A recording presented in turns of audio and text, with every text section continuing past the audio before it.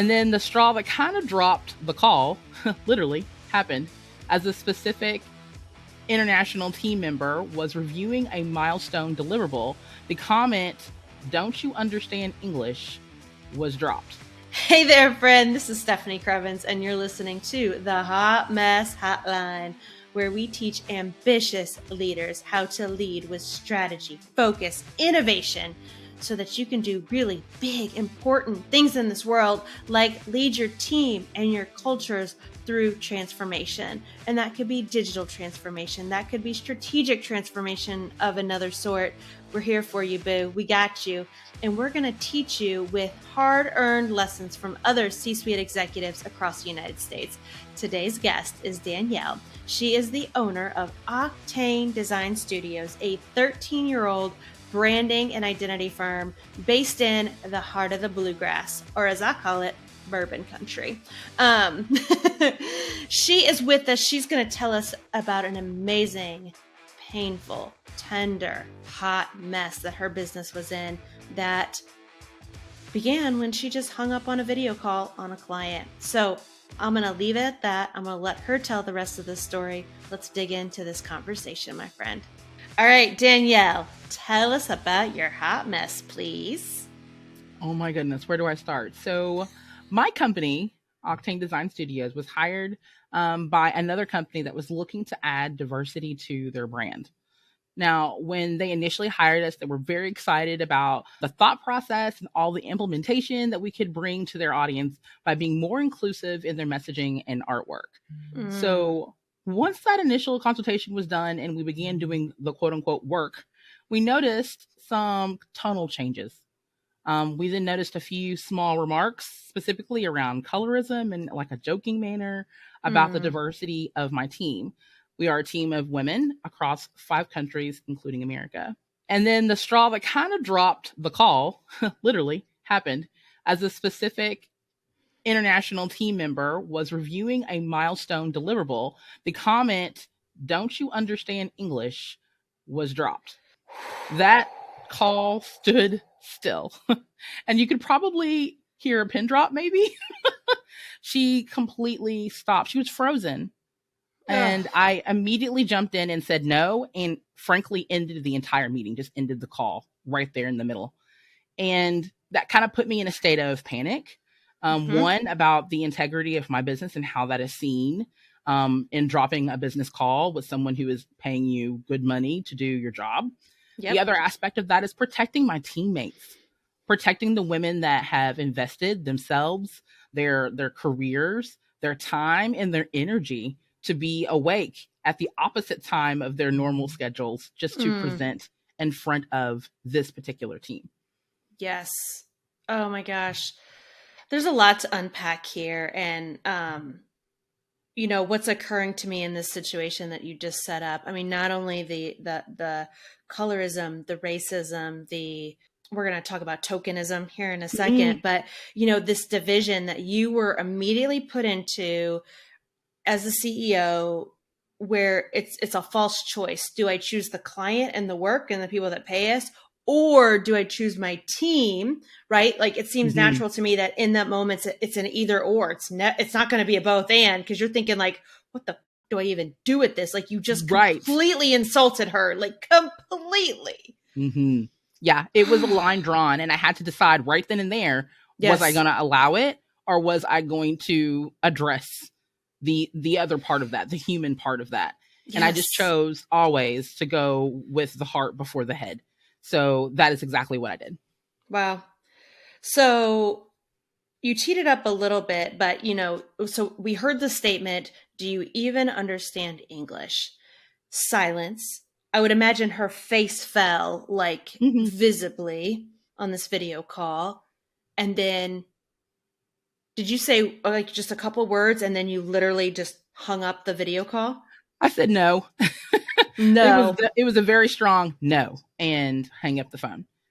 So it was very much one of those feelings that, again, feeling that high pressure as a team leader, as a leader. What is happening right now? Like, what is intentionally happening in this moment? But then the other side of that was also the recovery end.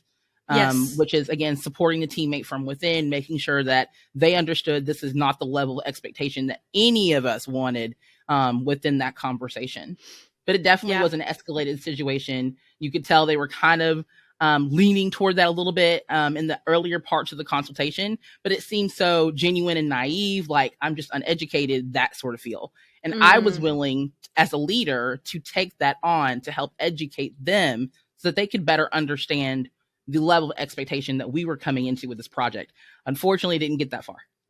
You mean the client needed more education? Yes. Okay. Okay. All right.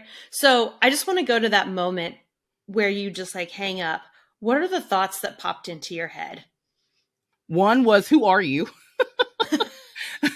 Like, I really just wanted to kind of like, who are you? Like, we're the same people that eat dinner at our tables. We're the same people that would be taking our kids to home from school. We're the same type of what? Like, Yeah. it really was a mind blowing situation where I have no idea if that person was just having a rough day, if this was something that was just a crescendo event, like multiple things happening at once, and this was the breaking point. Either Yes. way it goes, there was a level of professionalism that was just entirely broken. Yes. And for you, I'm going to ask you this question from a couple different perspectives. For you as the human who leads her team, what were your feelings in those moments? Oh, I felt hurt. I Yeah. felt really like I come from a line of rugby and MMA. So in my instinct moment was to defend, right? Yes. Defense. Yes. So that was my initial thought process, put up your guard, prepare for the blow, that sort of feel. Mm-hmm. And that is exactly what I got. The other side of that clearly was just, okay, how do I make this work still, if I can make it work? And then Yeah. on what level can this client meet me that we can still continue the project and complete the things that we said we were going to do? Yes. Yeah. And as a CEO in that moment, what were your thoughts? The business side. I mean, Yeah. I cannot lie. That was huge. This was, oh my gosh, am I going to have to I might have to funnel some money back the other way. Am I going to have to call this a loss? Am Yeah. I going to have to look at, is there a legal ramification for me going this far into it? All those type of things is what I'm thinking about as a CEO, as a business owner. Yep. Is the profit or the loss? Yeah, of course. And it's okay to have very paradoxical thoughts. It's hard to reconcile in the moment, but you also hold multiple roles within your team. And so of course you're going to have multiple perspectives that your ego jumps into. So what were your next steps? Walk us through like the next day and week from that Right. moment. So by the next hour, there was emails, correspondence at that point. I just Okay. felt this had escalated to a point where we didn't need to orally speak. We just needed to put down in black and white, continue the paper trail, Okay. so that there is something kind of between the two of us. And then eventually, it was actually the next day, we took a private call between myself and the client. And we just had a very mutual, honest conversation about the intentions of the project. And the Okay. more that they began to talk about the level of work they wanted to do, both on an equity side and in the process of just being professional with each other, we were able to come to a general consensus in some areas. So I am thankful that I was able to be in that, but there's plenty of scenarios in the world and plenty of actual real life experience where it doesn't end so pretty. I'm just grateful that Yes. this client was open enough to admit, one, fault and wrong. We Wow. did ask for some sort of, I don't want to say some sort of apology, but we asked frankly, like, do you realize the level of intent that came from that tone of voice and asking this specifically to this person? Mm-hmm. And once we kind of dismantled a lot of the hype in and around it, it became much more apparent that that person understood, I need to apologize for my behavior. And that actually did happen. It didn't happen initially, but it did happen. And I'm grateful for that as well. Wow. Wow. And I know this is a very sensitive topic, and that company and the people involved in that are probably like, I hope embarrassed, and also like recognize that they learned from it, and the bravery that you exhibited, in my opinion, of stepping into that conversation with a level of assertiveness, I think is unbelievably powerful and beautiful. What and I want to ask this because I work with a lot of white business leaders, and there's a level of awareness that we all need around how race and privilege plays out in the workplace. From your perspective as the CEO, having that conversation with this company that wanted to be more inclusive, Mhm. what did you need to educate them on in those moments? Sure. The main thing was just understanding what was the intent of hiring us. And that's the number one question that I continue to ask when we Mm, walk into situations with clients that are maybe seeing that diversity trend, but not sure how to tap into it. And hmm so issues like this can happen. But I think having a strong intake, having a strong initial consultation, understanding the desires of that client, the main question that I continually asked was, what do you want specifically from us?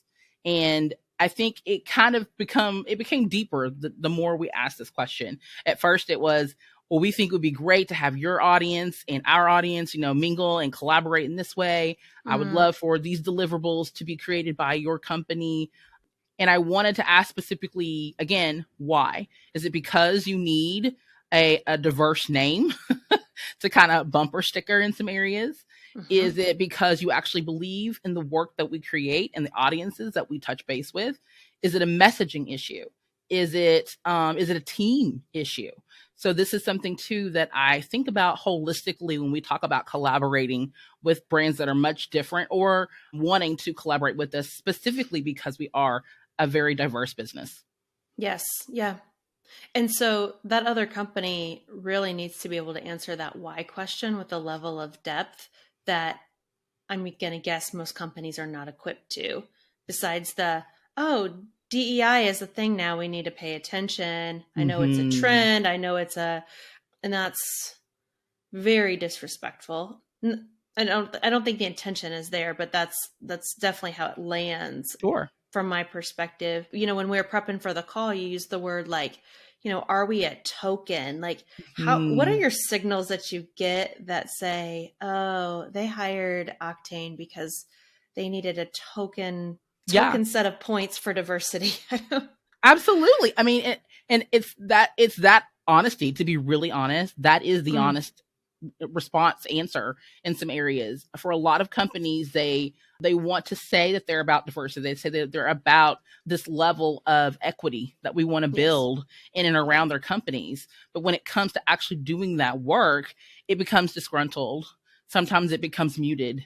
And hmm sometimes it looks like we're just being kicked out altogether. And so Mm, that's what I struggle with the most through this particular moment, was getting them to understand what was your real purpose in wanting to use us besides use our name to build on the backs of someone else yeah. again. Yeah. There's a long history of that. And so Yeah. I want to make sure, like, in 2023, we're not adding to the problem. We're wanting to help solve the problem. So Yes. that is something that I continually see for myself and for the business as a CEO. It's really important for me to put my feet and my money and my mouth where my mouth is, Yes. Yes. that Yes. level of intention. Of course, of course, of course. Well, let's go back to that specific situation. Mhm. You talked about the email exchange that went back and forth, and how you needed some things in writing, which I would have absolutely done the same. How And you said you had that really honest conversation Mhm. about intention and why and deliverables. How did the rest of that relationship play out? Um, it it played out, but it was one of those things where we didn't want. We knew then that was a lesson learned for us. Yes. It Yeah. was definitely a milestone that we discovered. Eventually, we knew we were going to discover it. At some point, we knew it was going to Mm-hmm. happen. But when we did, we all did our very best to do our part, whether that was being present in the room, whether that was responding to emails, whether that was just making sure the conversation was being had. We Yeah. ended up sharing some really cool resources to kind of help them in their own journey and their own path. Whether they took that, I have no clue, but at least we offered. There is this kind of extra sigh moment again from a lot of businesses of color that are trying to help bridge this equity gap that's clearly present in our industry. And it's just very interesting how we continue to exhaust ourselves by educating from our end when Uh-huh. we want other people to step up and say, I want to be a part or Yes. take part in the work that you are doing. And I will do the heavy lifting. I will do the education. I will do the parts that are uncomfortable. Yeah. And I think that is the number one message we can continue to tell each other is we all on some level have to do the heavy lifting, but we have to be willing to do it together. Agree completely. And looking back, knowing what you know now, it sounds like that moment really was kind of and I think you use this word like the crescendo to multiple little, Mhm. did they just say that? Did they just say that? Yeah.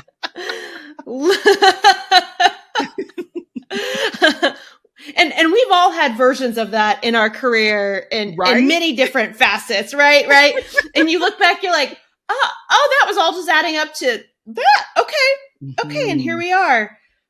Looking back from today, what do you know now that you didn't know in that moment when you needed to hang up the phone? I think it was a matter of one self love and appreciation. That's a deeper one. In order Mm-hmm. to have someone else appreciate me, I have to appreciate myself. Yeah. And that means also understanding and embracing all parts of myself, including that extra tidbit of diversity and what we bring to the table. So I think it's really important. The moral of the story that I got out of this more than anything was obviously don't hire us to be your token. Hire us because you want to level the playing field with working with people and cultures that are not like yours. So we have an advantage as women, as people of color. And I just hope that people don't squander it because of what's trending. I hope that people do it because they believe in it. Yeah. Yep. I want to take a quick break, and then when we come back, I want to talk about some more of these lessons learned. I have at least 4 questions written down that I want to get your perspective on. If you would be gracious enough to answer them for us, okay? Yes. All right, fabulous. All right, well, we take a quick break from this amazing conversation today. I want to share with you a new tool that I have for you.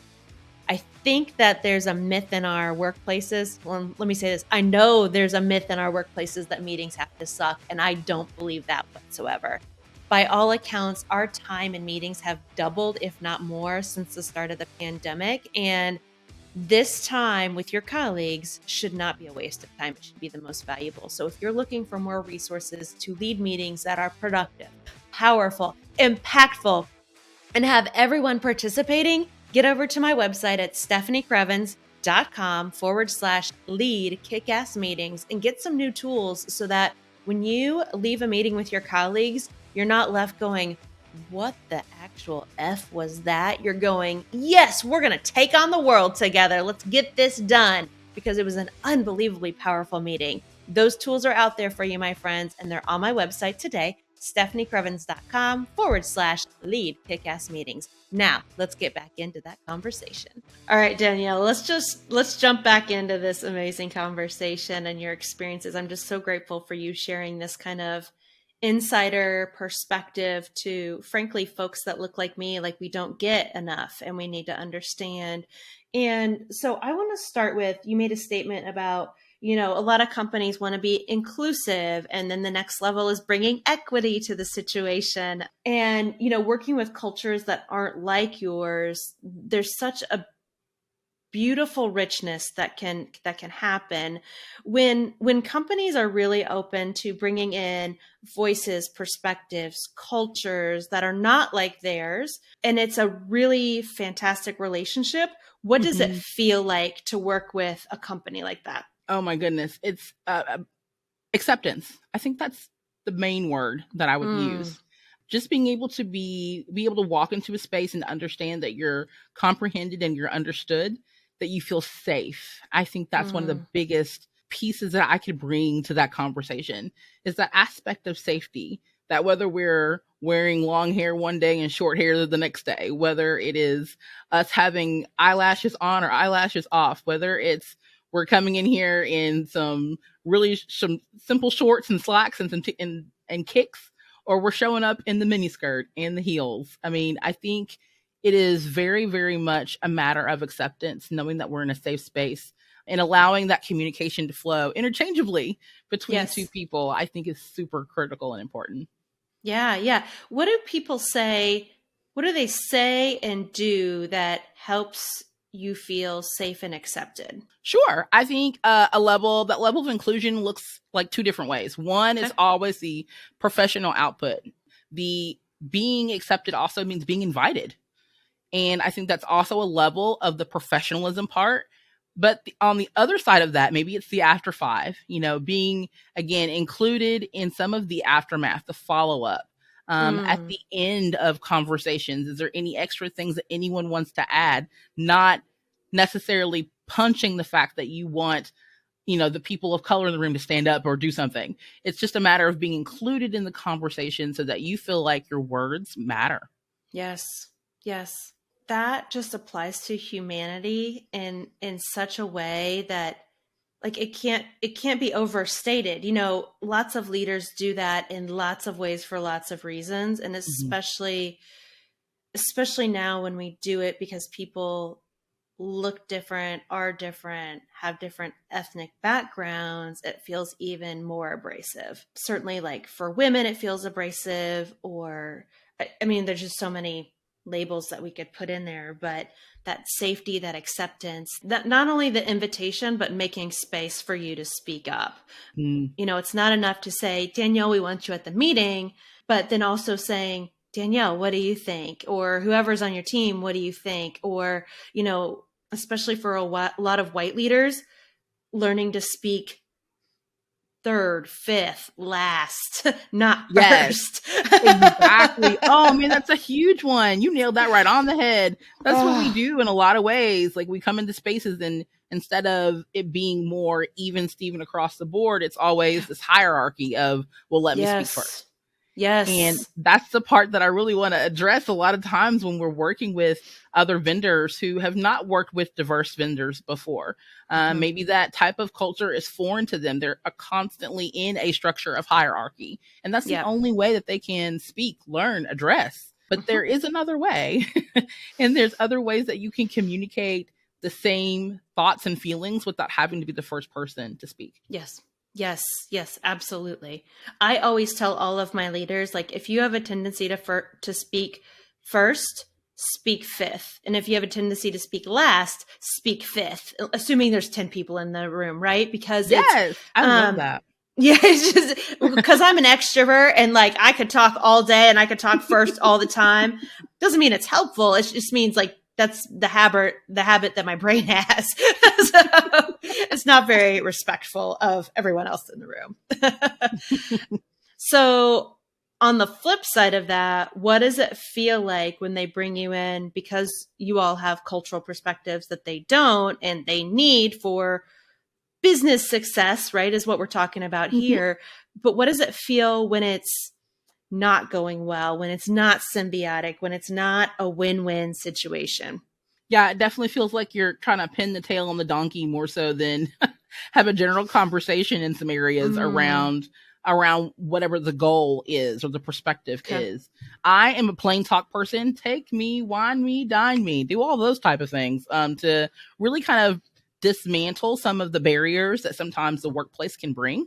Mm-hmm. Sometimes it's taking a step out of the workplace to be able Yes. to deepen the connection between the conversation. So, Yes. a coffee, a mid lunch, or a hey, can we step outside and walk for a minute? Like, I appreciate those moments because those are the candid, intentional moments that you're taking to connect with me. Yes. Yeah. And if you only do that with other people that look like you're not going to have the candid conversations. You're not going to hear insight into other cultures, Mhm. perspectives, and frankly, simply connect with Danielle as a human being. Absolutely. How was your day Which today? makes, How's your yeah, kids? Like, I know, right? That's the stuff that makes all of this worth it, is like to connect with other people. right. Oh my Exactly. Did gosh. you watch that last episode of The Last of Us? Yes. Yes, I did, actually. It was amazing. Except if, wait, what channel is that show That's on? HBO. Oh, see, if you ask me any of those questions, I'd be like, I don't have any streaming services, so I don't even know what you're talking about. Great show. Great show. Okay. All right. All right. Probably still won't watch it, but sounds great.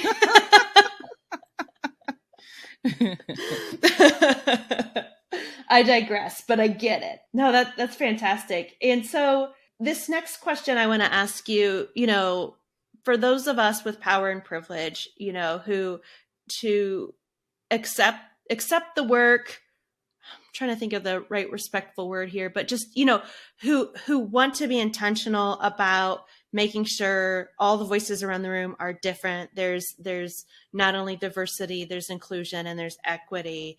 Mm-hmm. We want to educate ourselves. We want to educate others. And as you reference, folks of color are asked often to educate, bring awareness, and it's heavy lifting, and it's a burden.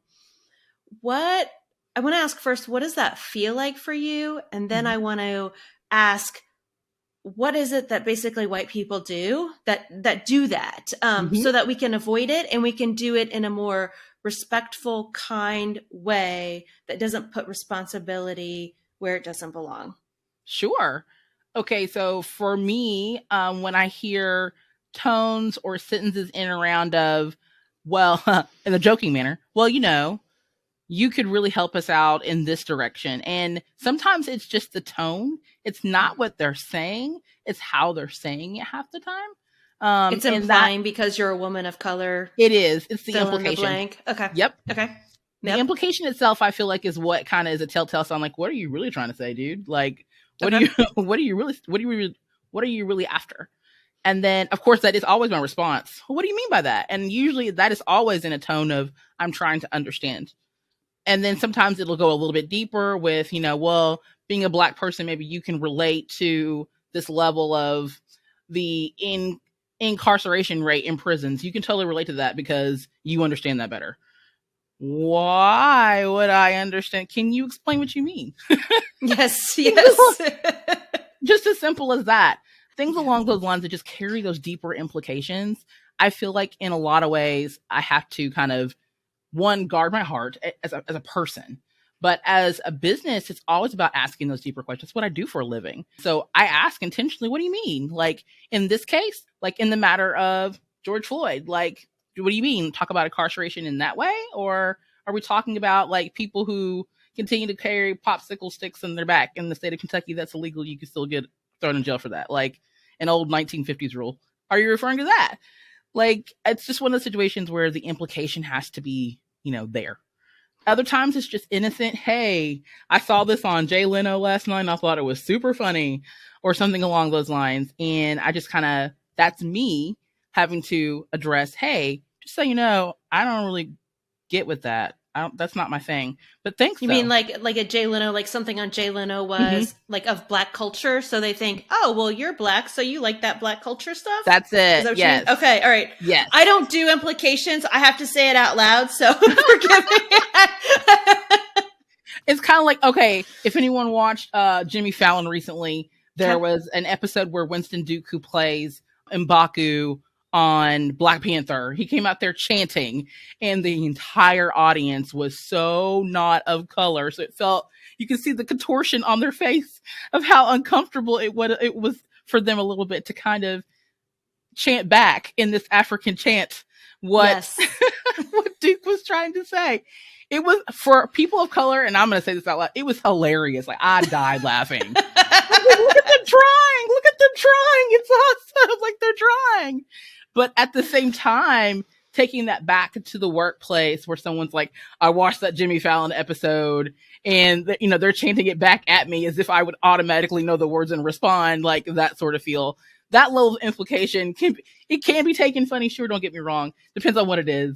Sure. But if it was just a random person and they saw it, but they couldn't convey it to this other person of color to expect them to know all the things, It's Yes. hilarious. Like in my head, it's hilarious, but also please understand that that's also not autocorrect. Like please don't do that in real life. Yes. Um, Yes. there's just a level of understanding, and once you get comfortable and build that and establish a relationship with other people that are different from you, you'll better understand and appreciate that culture. But because you appreciate it, don't overstep.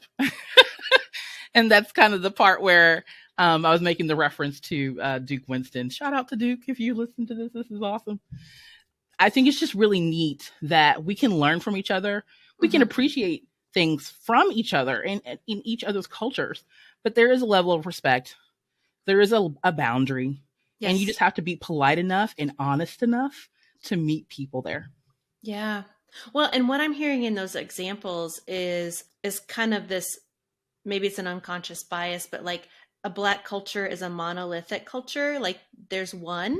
And of course, if you were to make that same assumption about white culture, you'd be like, well, of course there's not one white culture. Right. But that goes to the bias that we have about what it means to be Black, African, comma, African American in our country.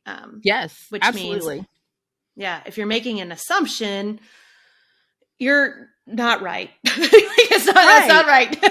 It's not It right. is. That's the frank conversation that we all have to have with ourselves. We all have Yeah. implicit, unknown biases, all of us. Yes. And I think it's really important that when we address those, when we say, Yes. okay, can all, I'm going to be very frank here. So if it offends someone, I apologize.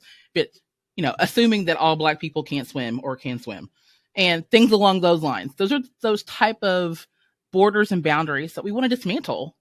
So the Yes. only way to Yes. know is to ask. The only way to Yes. know is to ask, is to be upfront and be raw in that honesty. I would Yeah. appreciate someone who was rawly just asking those questions and someone who would carry that implicit bias and at the wrong time, at the wrong place, act on them. Yeah. Yep. Well, and I can totally hear this playing out in a workplace setting where it's, we want to invite all of our vendors to this beach day. Well, gosh, I don't like, are you sure that Danielle and our team would want to go? Like you would Right. hear that slipped in there Mm-hmm. because it's like, oh God. Mm-hmm. Yeah, But exactly. those are real conversations that people have behind closed doors that need to be checked. With company dinners, do we invite X vendor because they're expecting probably catfish and seafood or something along you know what I mean? Like all the things. These are really I'm not even playing. Like some of that stuff really comes into play in the workplace and in Mhm. the general day to day. And I Yep. just feel like the more that we can blend those cultures together, the more that we can show a little bit of our genuine selves, not just our Yes. workplace selves, but our genuine selves in these spaces, the more that will start to overlap and we'll start to have more of those borders and those blinders just kind of slowly fading. And we can start seeing each other for people, for the humans that we are. Yeah. Yep. That's the paradox of all of this is like the more we can appreciate what makes us unique as a human, Mm-hmm. unique from our family of origin, our culture, the more you see like, oh, we're actually like we're all still humans. It's just the way this plays out is different than the way it plays out here, but it's all okay. It's, Yes, different is not exactly. bad. Different is not Yes. bad. Well, thank you for sharing your perspective and these conversations that need to be brought to light. I know it's not lost on me how tough it is for you to navigate these situations, and I just appreciate you being willing to be vulnerable and share those so that we can learn from them and yeah, be part of the equity solution, not the diversity for diversity's sake solution. I'm not here for that. No There's a more bigger tokens. picture at play. Yeah. Right. Yeah. Less tokens, more bridge building. I'm for it. Oh gosh, yes, yes. And so I guess my one last question, I'll let you get back to changing your part of the world, but what do you wish other leaders and companies knew what it takes to be in your shoes? Ooh. I think for me, it's more so of understanding the level of intention that I intentionally make so that I can be seen as a person who just wants to do what they love. Mm. And I think that is paramount to the way that I have built and structured my business as well. I want to do the work, not do the work as necessarily a Black woman. I want to do the Yes. work. Yes. Thank you. Thank you. Thank you. Yeah. Thank you. Yeah.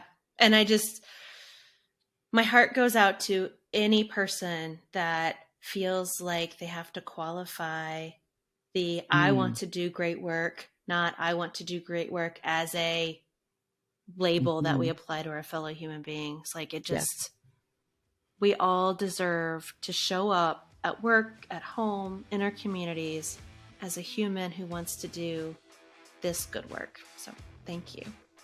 Thank you. Can you see why I wanted to have this conversation with Danielle and bring it to you? So many great topics to talk about here. And I know that race, ethnicity, diversity can be very sensitive in the workplace. And so I wanted you to hear the perspective of Danielle and the voice that she has as a woman of color and a woman of color as a CEO, so that you can get better insight into the conversations that you're having at your workplace and how to bring more equity into your workplace, how to be more inclusive. I want to share with you some of my top takeaways from this conversation. And it started all at the beginning where I immediately heard Danielle's perspective, where, when she hung up that video call with that client, her soul was probably split, right? It's, and what I want to recognize about that moment is that, Danielle was split between being a human who knew that her team member was hurting, right? And she wanted to protect her team member. She was also a CEO who needed to run a business that makes money so she can pay her teammates, right?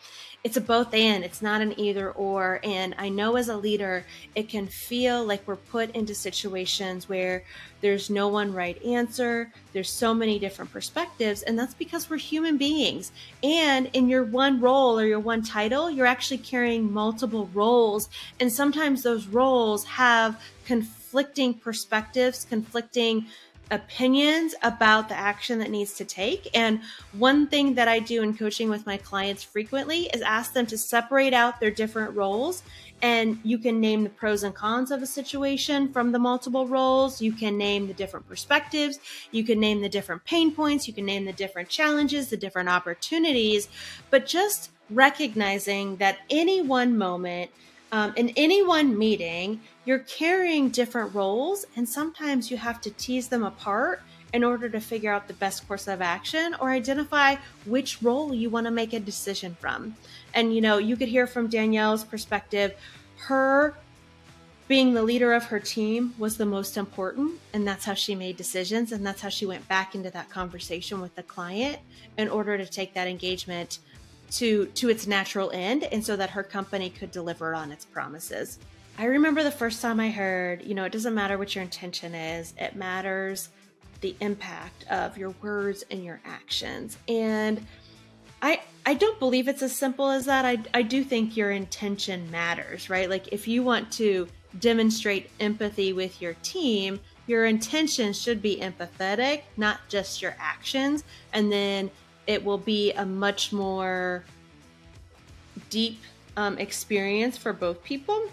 But as you heard from Danielle's perspective, when we talk about issues of equity and inclusion, for those of us that are white, we're in the power group, the norm group, we have to make sure that when we ask questions of how can our business bring more equity and justice into this world, that our intentions have some depth to them, so that when we go to bring in other perspectives, other cultures, other ethnicities, the impact can also be deep. And to make sure that our unconscious biases don't land on the other folks' laps in very deeply hurtful, offensive ways.